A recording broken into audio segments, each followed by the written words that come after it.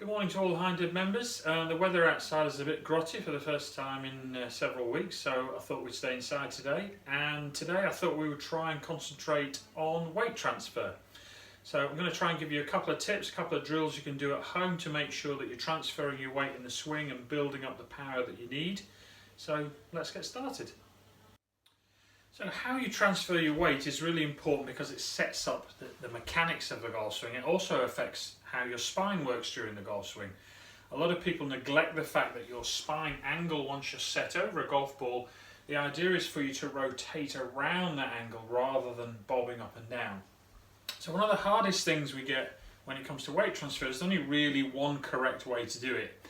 Many club golfers make the mistake of what we call swaying, so they actually literally move off the golf ball and sway too far to the right. Sometimes a lot of the lady golfers tend to actually move the mid section away, so before you know it you become a rubber band, the head is fixed, the feet are fixed, and the middle of the body is doing all of the work. And the other alternative is that people get what we call a reverse pivot or a tilt. So as the club goes back, the weight, instead of moving from 50-50 and into the right side, it actually goes the wrong way. So it tilts. We put a lot of strain on that front leg, the right leg straightens, we've got an angle down the right side of the body now. And then to hit the golf ball, we can either go right down on top of it, or of course we're likely to move back in the opposite direction to try and hit the ball. So how can we give you a couple of ways to make sure you make the right move? Well, we've got a beach ball here, and I'm going to put the red section on the top. So one of the ideas, if you've got a beach ball or any ball that you can just put a mark on like a football, is the idea first off is that you're passing that red section. Imagine somebody stood at 90 degrees to me here. I would want to pass that ball to them. There's no way I would want to do it this way, keeping the red from to the camera and not to the player. So we've got to learn how to turn that red section so it's still on the top of the ball as I pass it. So it'd be very natural for me to go in that direction and not to fall backwards or not to sway my hips in that direction. So we need to learn how to pass the object. You can do this, a good idea to do this on the driving range is with one of the buckets. Put your hands on the side of the bucket and practice just passing that bucket to a player 90 degrees from where you stood. So we're getting the right type of start rotation. Another way to get the right idea of how to start the golf swing and get the right move, we can do without a golf club. If we take the club away, we'll actually get a more beneficial move for us. One of the reasons golf is difficult is because we've actually got more of our attention on how we're going to hit the ball rather than how we're going to move. So a simple drill is if you get your golfing posture, place your hands behind your back, and now imagine somebody's calling your name over your right shoulder. How would you turn to see who that person is? You would simply do this.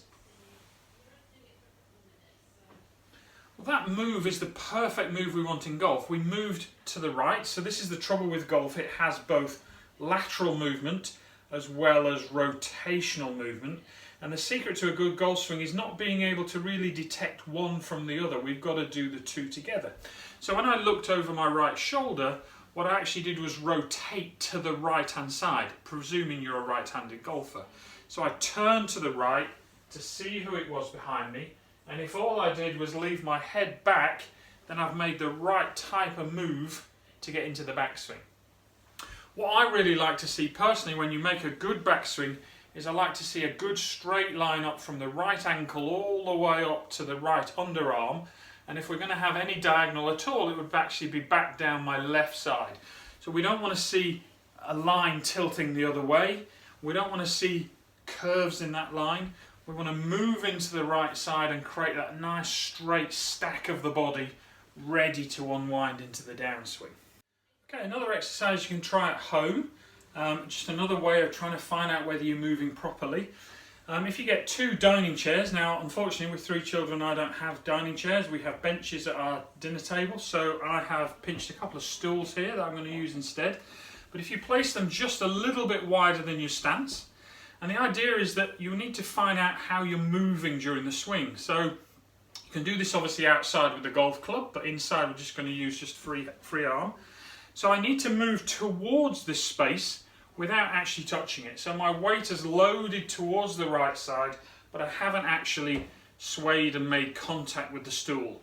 So I've moved toward the space. Now when I make the opposite movement and I want to make the follow through, I go all the way through and finish alongside this. If you want to take that a step further, you can get the same impression. If you imagine this was a doorway up and above my head, you can do exactly the same thing. You can swing, you can't use your arms on this occasion, but swing all the way up to the right side of the doorway and then all the way up to the left. So, okay, I hope you find these couple of different ways helpful for you to feel the right move in your backswing for weight transfer, or maybe to detect whether you're doing the wrong thing. I thought we'd just finish off by a couple of important points. One, we need to get rid of a myth at this stage. So there's a phrase in golf that everybody uses. Sadly, they offer it to friends, but it's about the worst golfing statement you'll ever listen to. And that's the phrase, keep your head down. If you choose to keep your head down, then you are not going to move in any capacity during the golf swing, so no weight will transfer at all. If you keep your head down as well, you're going to be there so long that you'll never make a fully released follow through. So it's important that we get rid of that phrase. What we really need you to do is to keep your eye on the ball and accept the fact that a little bit of lateral movement right and left isn't such a bad thing. So try and remember, always going forwards, don't worry about keeping your head down. Concentrate on keeping your eye on the ball. When that ball leaves, follow it and get into your follow through. The tips today are all to help you with weight transfer. We've got to remember that everything that we come across that puts power into something usually goes in one direction before it goes in the opposite. So if, for a couple of examples, if you used a pinball machine, you would pull on the spring, let go of the spring sends the ball up the machine and the game starts. If you were a prize boxer, to make a knockout punch, you have to actually pull the power back before you can unleash forwards. You'd never be able to just do it by only going in one direction. So everything that creates force moves in one direction before it goes in the other. You'd never chop a tree down just by doing this. You tend to anchor and then deliver the blow. Hope they help. Look after yourself, stay safe, and I hope to be in touch soon.